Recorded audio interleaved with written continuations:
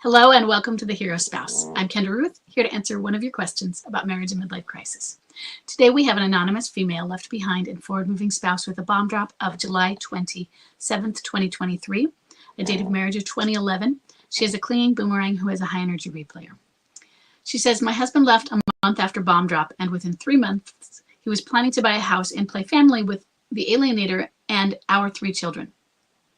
A few things stopped him dead in his tracks, and he began to fully backtrack on his promise to her. First, my children expressed discomfort with her, and second, a friend of his suggested marriage counseling for our marriage. Honestly, it's pretty amazing that he backtracked with those 2 things, especially the marriage counseling recommendation from a friend, because recommending marriage counseling when you're having problems is kind of one of the no-brainers, but the fact that he did that and that he was concerned or took care about what your children's discomfort to some degree. So that's great. We started counseling in March, so that's March of this year, 2024, which brought us back together, and he decided to move home the beginning of October, which is 3 weeks. The first week in the house, bombs were revealed. This is typical, okay? That you get a lot of trickle truths and things like that.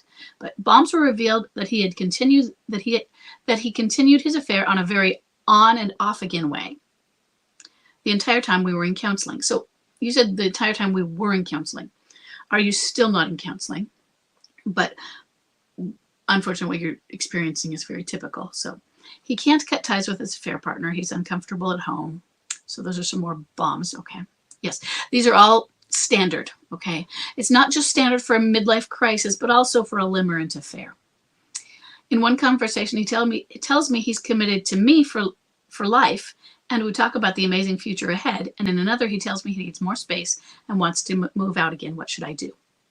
So there's a few things to do. The first thing I want you to do is I want to make sure that you have read Understanding Midlife, go through the Enroll in Understanding Midlife Crisis and understand it. If you want to be a stander, and that is your choice, you are still, I know it doesn't feel like it, but you're still in the early period because it's only a little after a year from bomb drop.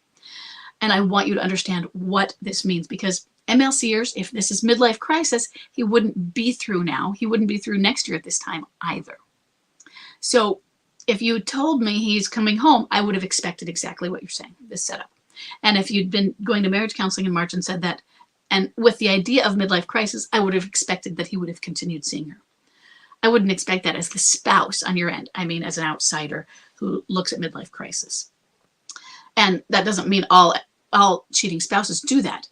If I'm looking at the confines of midlife crisis, if that's what you're dealing with. And limerence can mimic midlife crisis. But a limerent affair especially, it is an addiction, and they are hooked together while limerence is active. And marriage counseling doesn't stop limerence. He's going to go through the counseling because he's addicted, because he thinks he could handle this balancing act of the 2 worlds. He thinks he could pull it off. I can have, a foot in this world. I can cake eat. No one will know. I just can't give her up, that sort of thing. She could be also applying things like emotional blackmail. Oh, I need you. I can't live without you. Whatever. You promised me. That sort of thing. Okay. So what I want you to do is I want you to get right now, I know you want actions to do. We'll go there. But I want you to gain an understanding of the psychology of what you are dealing with. Because if you're going to choose to stand, and there's in my view, and this, you have to choose this for yourself, my view, you're probably still in a period where I would recommend standing for a grace period until you are fully on your feet, stable emotionally to make a decision. But one of the decisions you have to look at is MLCers. They're not bad people, okay?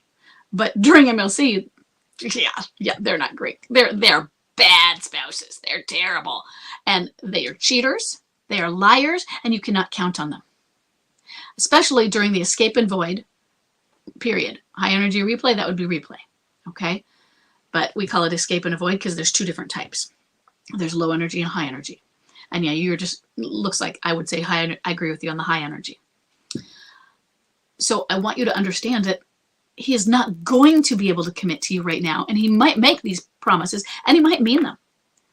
And then the next day, he's pulled away. Because when you tell us you're going to give up your addiction, you tell us, I will stop cold, I won't drink any more alcohol. You mean it so much, but you don't have the capacity, you don't have the means. And so you have to find a way to do that. You go to your support groups, whatever, for the alcohol thing. But this is a different one. And he's got a limerent object that is pulling him, and it's an actual human. So alcohol doesn't talk back.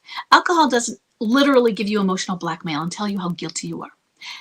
The limerent object does those things. So he feels guilty on one end, and then he sees how broken you are, and he's like, well, we can't fix this anyways. I might as well go over there. And, you know, I've hurt my wife too much. There's too much to be done. I can't overcome the sins that I've done here. So I might as well just, it's a wash. All of those things are going through his mind. And they're going to keep cycling. And he's going to, oh, but maybe I can't save it. But maybe I can't save it. And so there are going to be genuine periods he means it. And then he lies the next hour or the next day. Or he doesn't mean it sometimes. And he's just like, let's see how much I can get away with.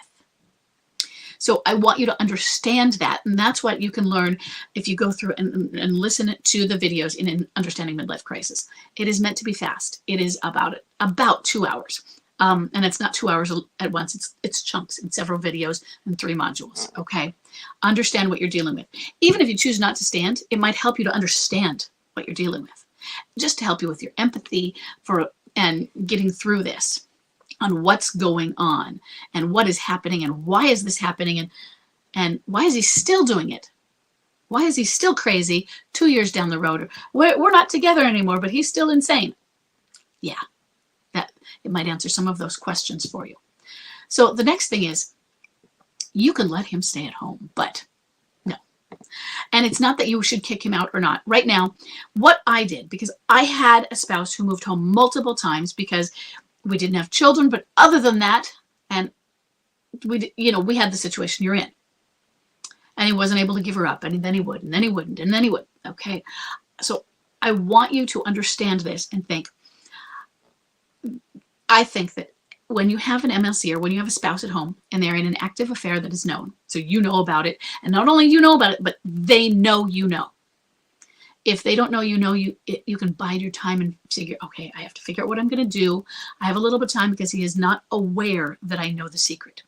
But if he knows you know, or he should know you know, and he's just denying it, then you're swift and you say, you can't live here anymore. Get out now. And it's bam. You pack those bags and you're gone. Okay.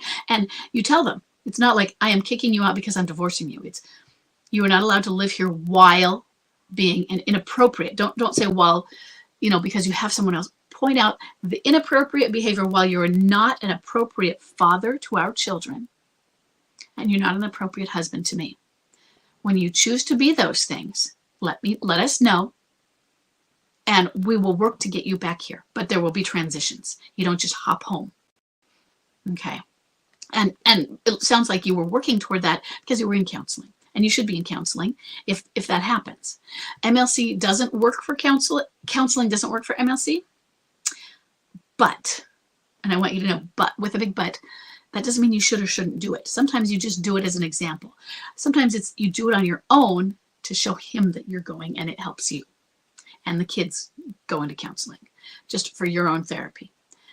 In the beginning, if you go to counseling, it's also a learning lesson that it doesn't work. And sometimes that's when the trickle truths will come out. Sometimes they use counseling to tell you how it's over in the beginning. You went a little bit later than that to try and work on it, and he tried to just hide everything, which is another thing that happens. If one partner is not willing to work on it, then counseling doesn't really work. Okay. But what we do is we don't save our marriage alone. We preserve our marriage for the time when we can save it together. And that's what I want to help you to do if you are able to do that, is to preserve that. So what I did is I didn't usually kick Chuck out. Why? Because I told him he had to make the decision. I wanted him to make the decision on his own, not only so that I wasn't the bad guy. That's part of it. He wants to make me the bad guy by kicking him out, but also he was being indecisive. I just want somebody else to decide for me. He literally said he wanted one of us to decide. And I said, well, we both decided. We chose you. I mean, not that really he was a great catch, but For me, I had my vows. For her, she was not so. So at this point, you have a discussion with him, and you tell him, first thing, you give him permission to not stay at home, to not be there. It's not getting mad at him. But right now it's empathy of, you know what, if you need space, this isn't the best place for you. If you are not willing and ready, maybe he's willing but not ready. If you are not able to give up on this inappropriate, make sure you highlight the adulterous or inappropriate or continue cheating with a partner you know is not going to work. And I always embed those, that it's doomed to fail. This, your children don't like it. It's a step thing. And those, when your families clash like that, I don't know what she's like. So I'm not highlighting things because you haven't said anything about the negative things she may have done. If she has, if she's using emotional blackmail, what level of affair down, if she is, that sort of thing. But if those are, then you can bring that in. But I pointed out, this is an affair. It's doomed. It's doomed. And you know it. So I don't say, and I think you know that already. It's no, you know it and I know it. That this relationship with her is bound to fail. But it's your life. And if you're not willing to be a full partner here, then this is not the place for you. You need to get yourself together until you can do that and until you're fully capable. So you first lovingly give him I don't know if it's even the permission, but allow him to know that not only should he not be there and he's not allowed to be there, but if he's going to, he needs to choose to leave. And then if he says, oh no, I can do it, figure out what kind of parameters you need to put around that. And you can kick him out at that moment if you'd like. Or you figure out, because you know he's going to keep doing it. And you say, okay, you have to do these things. And it sucks. Things like monitor a phone and monitor everything. But with the knowledge that he's going to keep doing it. And you need to be able to catch him in it so that you can say, okay, you did it, now you're out. Or you can say, you know what, I think it's best for our reconciliation process if we do it from two separate places to work together. And then you can say, you still need to leave. But I would rather he make the decision and do it on his own. And if he doesn't, I would then rather you have to discover something and it can simply be, he is texting her. He is emailing her. He is on the phone with her. That's all it took for me with Chuck. He was home for a year. He wasn't allowed a cell phone. And so when I saw him in his car picking up a cell phone, she'd given it to him. I knew exactly what was happening. And yeah, it'd been a year, but he suddenly had a reason to see her because his mom was on the same ward as the hospital that she worked. And so that gave him a valid reason to bring her up again. So suddenly her energy was back. And I saw that cell phone. I didn't know if it had just started because she was kind of back since mom was on the ward, or if it had been going on. It had been going on. So you have a decision to make. I lean towards, I really want them to make the choice. Just because, not simply because it's not to avoid you being the bad guy, quote unquote, because you're not, but because people need to make a choice for their own lives. And I want him to stand up and be responsible and accountable by saying, okay. And it doesn't even mean I am going to go cheat now because I'm not being here. I don't want you to be disappointed if and when he says, okay, you know what, that's okay. I won't stay here. That is not a disappointment. I know it feels disappointing, but it is more of him saying, okay, I am not going to yank you around on the yo-yo while I stay here and keep doing it. He could choose to not stay because he wants to not go to her, but he's just not certain he can do it. So he's not planning to go to her when he leaves. It could be any of those. You have to figure that out. It's a big, hard decision. And I want you to take some breaths because this is a big boundary. Okay. And it's a really important one because it shows your strength that you're not going to put up with the cake eating, and there will be cake eating. Okay. I feel like I'm rushing through, but I actually have, I have a Stand Up and Thrive meeting to get to in a second. So let me know if I didn't fully answer your questions or if you have any more, because this is really important. And I think for you, it's timely. Okay. So I'm trying to get this Q&A out a little ahead of others. Okay. I moved you up in my queue. So for everyone else too, this is the boundary we need to do. So I hope this is helpful. And I will see everybody in the next question.